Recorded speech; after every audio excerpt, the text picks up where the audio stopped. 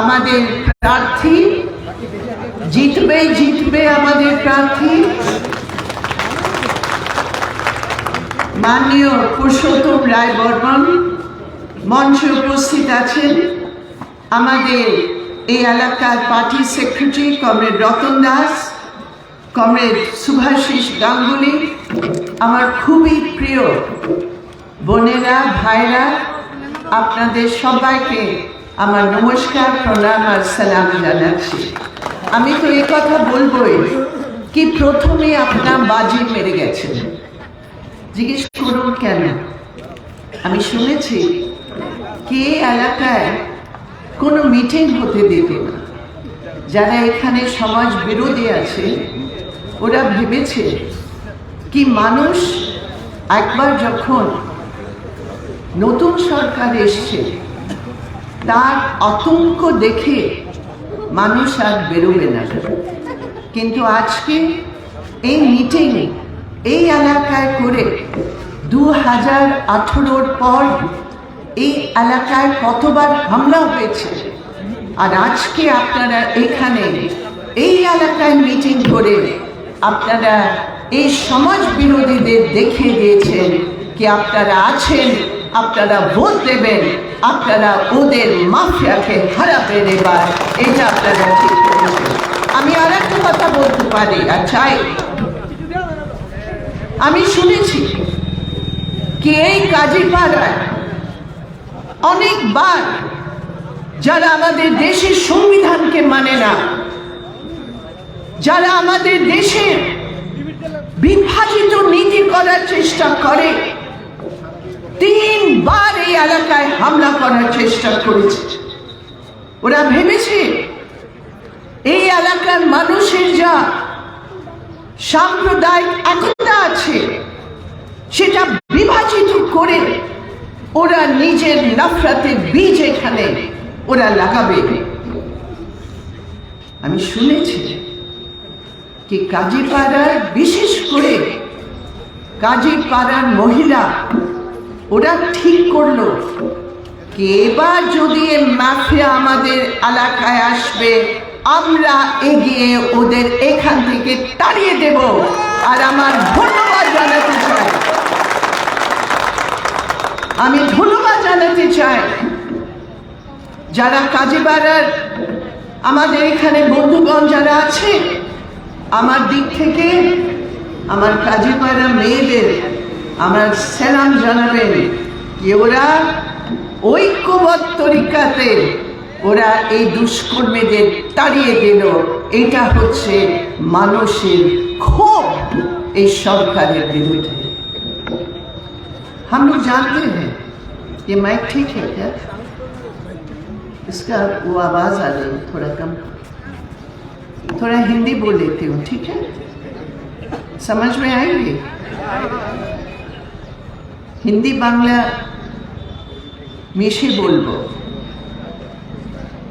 मैं ये कहना चाहती हूँ कि इस बार त्रिपुरा की जनता के हाथ में एक जबरदस्त मौका है। 5 साल इस सुंदर त्रिपुरा का नाश करने के लिए ये भारतीय जनता पार्टी ने डबल इंजन सरकार के नाम पर यहां जो राज चलाया है, मैं ये कह सकती हूं ये डबल इंजन का मतलब डबल इंजन का शोषण, डबल इंजन का लूट, डबल इंजन का हमला, डबल इंजन का इस त्रिपुरा की जनता जो शांति प्रिय जनता है उस शांति को भंग करने के लिए ये डबल इंजन सरकार ने काम किया। আর সেই জন্য আজকে পুরো ত্রিপুরাতে এক দিক থেকে শেষ দিকে অবধি একটা আওয়াজ উঠেছে, আমরা বিজেপিকে ত্রিপুরায় সরকারকে আমরা সরিয়ে দেব, 16 তারিখে ভোট দিয়ে আমরা সরিয়ে দেব। একটা হাওয়া তৈরি হচ্ছে, মানুষের একটা মত তৈরি হচ্ছে, মানুষের আওয়াজ তৈরি হয়েছে। এই বিজেপিকে হারাবার জন্য প্রত্যেক গণতান্ত্রিক শক্তিকে এক হয়ে এদের বিরুদ্ধে লড়াই করার চেষ্টা করা উচিত। আমরা সেই আওয়াজটা শুনলাম, আমরা বলেছি আমাদের মতভেদ হতে পারে, আমাদের তফাৎ আছে, আমাদের পলিটিক্সের তফাৎ আছে, কিন্তু আজকে ত্রিপুরাকে বাঁচার জন্য লড়াইতে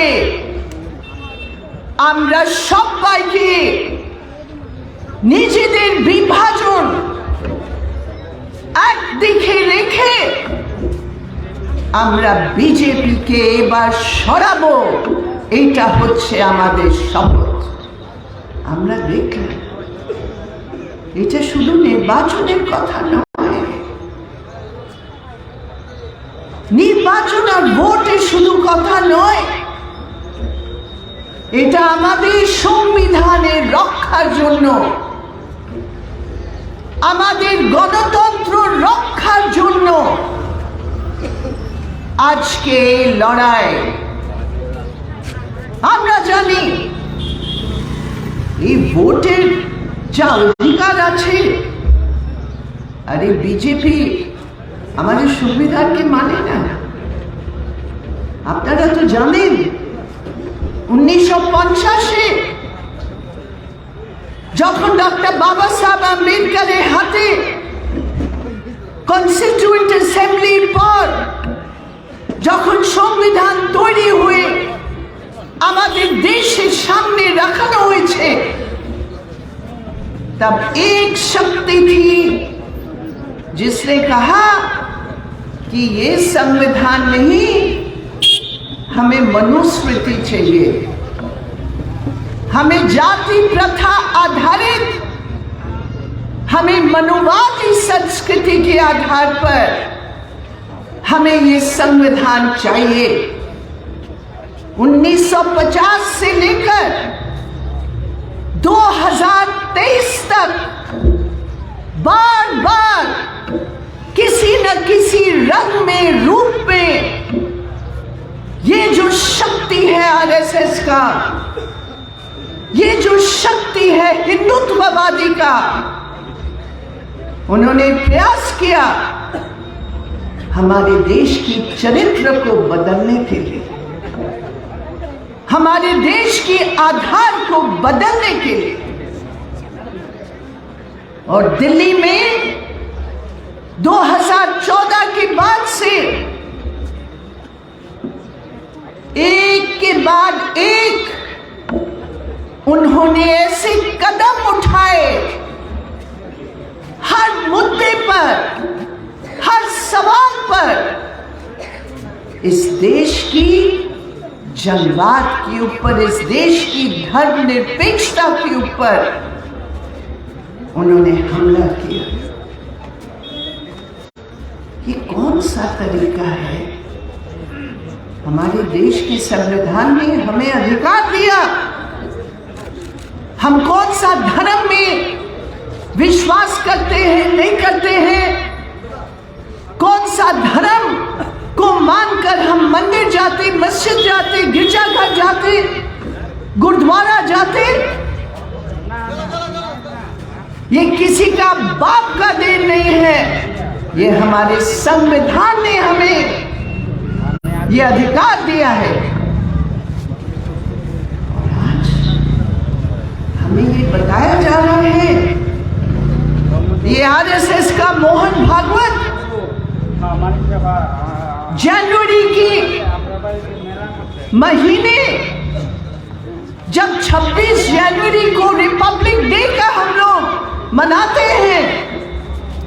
ये मोहन भागवत ने इंटरव्यू दिया आरएसएस की पत्रिका को कि अगर मुसलमानों को हिंदुस्तान में रहना है,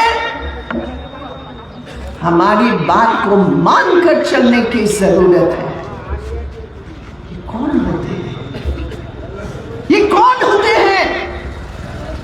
हिंदुस्तान की नागरिकों पर इस प्रकार का धमकी देना, और यहां तक नहीं रुके। अगर हम सोचते हैं ये तो केवल अल्पसंख्यक को गाली दे रहे हैं ना, उन्होंने कहा जो भी हिंदू है, जो हमारी बात नहीं मानते, जो हिंदुत्व वाले नहीं मानते, जो कम्युनिस्ट हैं, कम्युनिस्ट का नाम लेकर बोला, उनको भी मानकर चलना पड़ेगा। मैं त्रिपुरा के इस मंच से मैं भागवत जी को चुनौती देती हूं। भागवत जी, आप आरएसएस की चीफ जरूर हो सकते हैं, लेकिन ये हिंदुस्तान की जनता संविधान को चीफ मानते हैं, और संविधान के आधार पर हम अपने अधिकार को मानकर इसका रक्षा करने के लिए एक एक देशभक्त आज खड़ा है। इसलिए मैं कहती हूं, त्रिपुरा निर्वाचन शुद्ध वोट ব্যাপার নয়। ত্রিপুরা নির্বাচন একটা সিদ্ধান্তকে নিয়ে দুপক্ষের লড়াইয়ের মধ্যে আমাদের দেশের সংবিধান, আমাদের দেশের গণতন্ত্র, সেকুলারিজম বাঁচার লড়াই আজকে আমাদের ভোট। এটা আমাদের বুঝতে হবে। যারা সংবিধানের বিরুদ্ধে, যারা প্রত্যেক জায়গায়, আমি ছত্তিশগড়ে 10 দিন আগে আমি গিয়েছিলাম, এখানে তো মাইনরিটিস উপর হামলা হয়েছে। ছত্তিশগড়ের সেই গ্রামের মধ্যে যেখানে খ্রিস্টান আদিবাসী আছে, সেই খ্রিস্টান আদিবাসীদের উপর ভারতীয় জনতা পার্টি আর আরএসএস একটা সংগঠন তৈরি করে জনজাতি সুরক্ষা মঞ্চের নামে ওরা একটা গ্রামে গিয়ে খ্রিস্টানদের উপর হামলা করেছে। সেই যা ওদের মানসিকতা আছে, ওদের বিচার আছে, ওদের आइडियोलॉजी আছে कि जहां जहां गरीब लोग अपने जमीन, अपने जल, अपने जंगल के लिए संघर्ष एकताबद्ध तरीके से कर रहे हैं, उसको हम कैसे तोड़ सकते हैं? आप सोचो, सबसे गरीब आदिवासी, संविधान ने हमें अधिकार दिया है, लेकिन यही है भागवत और उनके संघ परिवार के लोग जो गरीबों को भी नहीं छोड़ते हैं। मुझे मालूम है, हमने देखा दिल्ली के अंदर मुसलमानों की बस्ती को बुलडोजर लेकर खड़े हो गए वहां कि ये सब बांग्लादेशी है। ये कौन सा तरीका है? वो सब सदियों से हमारे देश के नागरिक हैं, लेकिन धर्म के नाम पर वो गरीब मुसलमान, जैसे छत्तीसगढ़ में गरीब आदिवासी क्रिश्चियंस के ऊपर हमला किया, वैसे दिल्ली के अंदर गरीब मुसलमानों की झुग्गियों को तोड़ने के लिए बुलडोजर खड़ा हो गया। लेकिन ये लाल झंडा था जो बुलडोजर के सामने खड़े होकर उसको रोक दिया। मेरे प्रिय साथियों, आज देश भर में लोग इस बीजेपी उस दल का चरित्र को समझ रहे हैं। यही बीजेपी की राज है, जहां एक तरफ धर्म का नाम इस्तेमाल करते हैं और दूसरी तरफ अडानी का समर्थन करके, जहां देश की जनता परेशान होकर इस कोविड के समय में परेशान होकर तरस रहे थे। मेरे प्रिय साथी, ये मोदी जी की सौजन्य है कि अडानी जी दुनिया के सबसे दूसरे नंबर के अमीर बन गए। ये मोदी जी की सौजन्य है, ये बीजेपी की अमीरों की पक्ष की नीति है, जो आज हमारे देश में 1% लोगों के पास 40% हमारा देश का धन है। ये है बीजेपी। एक तरफ गरीबों को विभाजित करके, गरीबों को यूनिटी को तोड़कर, मजदूर किसानों की संघर्षों को दबाने का प्रयास करके उनका असल लक्ष्य है कि पूंजीवादी रास्ता के आधार पर हम कैसे अमीरों को और अमीर करें। त्रिपुरा में आपने देखा पिछले 5 साल क्या है रिकॉर्ड, क्या है त्रिपुरा का रिकॉर्ड। मुझे याद है 2018 के समय में यही त्रिपुरा में थी, গত নির্বাচনের সময় আমি ছিলাম। আমি শুনলাম ওরা বলছে একটা মিস কল দিয়ে দাও ভাই, মিস কলে প্রত্যেক বাড়ির নম্বর আমরা নোট করে নেব, প্রত্যেক বাড়ির ছেলে মেয়েদের আমরা এক বাড়িতে আমরা গ্যারান্টি করছি আমরা চাকরি দেব। মনে আছে আপনাদের? কত মিসড কল হলো। ফ্রান্টের সময় আমাদের রেকর্ড ছিল পুরো দেশে মিনিমাম 88 ডেজ কাজের আমরা দিয়েছিলাম। বিজেপি মিসড কল কি হলো ভাই? আজকে সে মিসড কলের ব্যথা প্রত্যেক গ্রামীণ পরিবারের দুঃখতে দেখা যাচ্ছে, যেখানে 40 দিনের বেশি কাজ পাচ্ছে না। আজ কাজও যখন দিচ্ছে তার টাকা পাচ্ছে না। কেন পাচ্ছে না ভাই? ওইখানে বিজেপি যা মাফিয়া আছে, ওই কার্ড নিয়ে ওই বেতনের টাকা নিজে জেবে দিচ্ছে। সেটা আমরা জানি। বলেছিল সরকারি কর্মচারীদের 7th पे कमीशन देवे।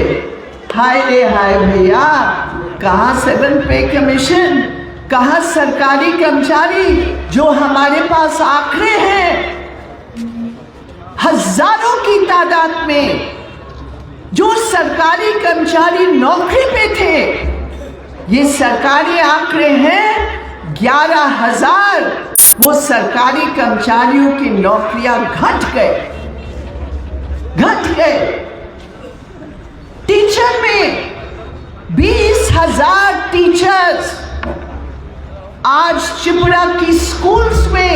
आप लोग मेरी प्रिय महिलाएं, मेरी बहनें, कितने मुश्किल में आप अपने बच्चों को पढ़ाते हैं, लेकिन आज इस त्रिपुरा सरकार ने 20,000 की संख्या में टीचर की भर्ती न करके उनकी संख्या घटा दी। प्राइवेटाइज हो रहा है हर स्कूल। केरल को देखो, जहां हमारी सरकार है, ये एलडीएफ की सरकार है केरल के अंदर।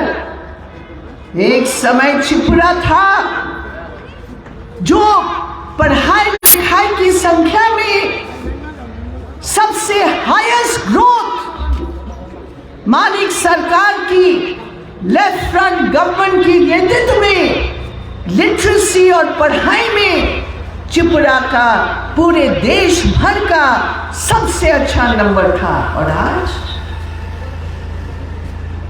स्कूल प्राइवेटाइज हो रहे हैं, टीचर्स की भर्ती नहीं हो रही है।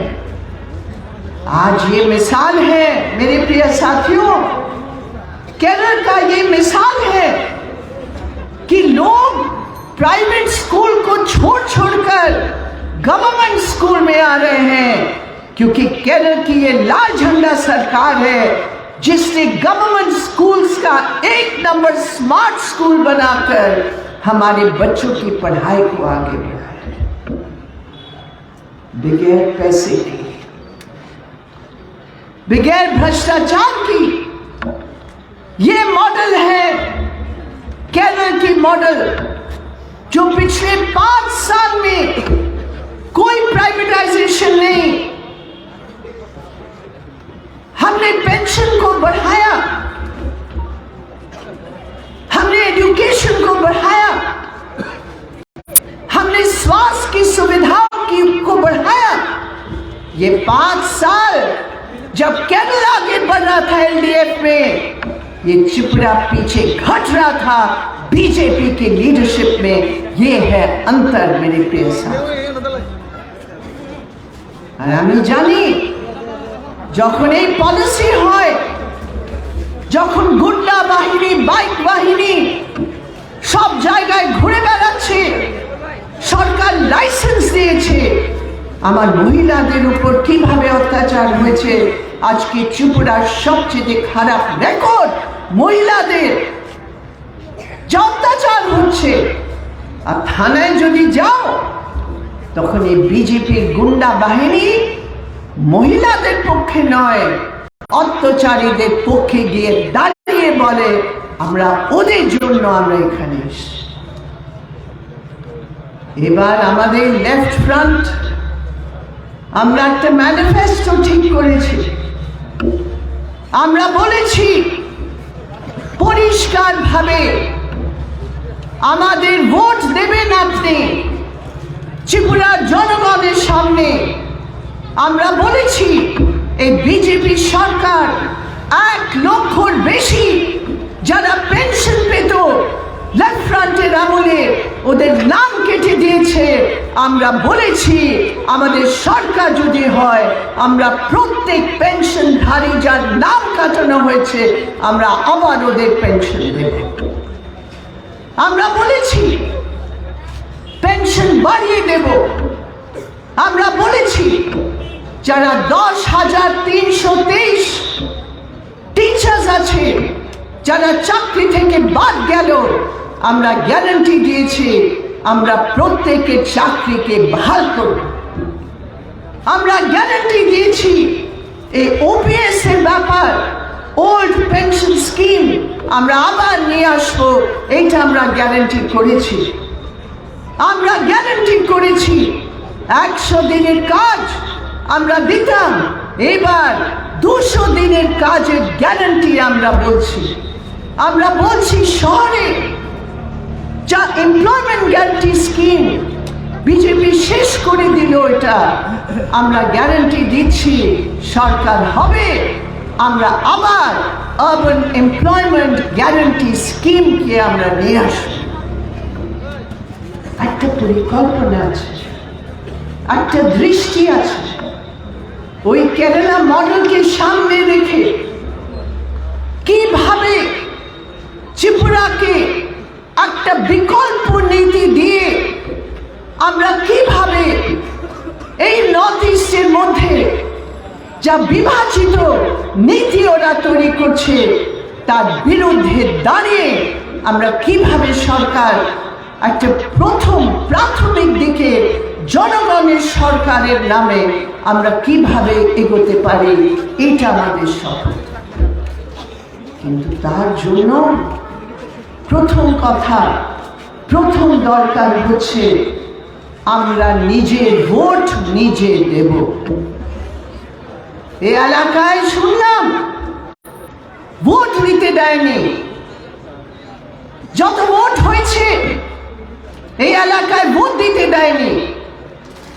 আমরা পরিষ্কার বলছি, আমাদের প্রার্থী আর আমাদের কমরেডরা পরিষ্কার বলেছে, আমিও এই কথা বলছি, এবার প্রত্যেক নাগরিক ত্রিপুরাতে নিজের ভোট নিজে দেবে, নিজের মত নিজে মতে ভিত্তিতে দেবে, এইটা আমরা গ্যারান্টি করছি। আমরা ইলেকশন কমিশনকে বলছি এইসব ড্রামাবাজি চলবে না, এইসব নাটকবাজি চলবে না।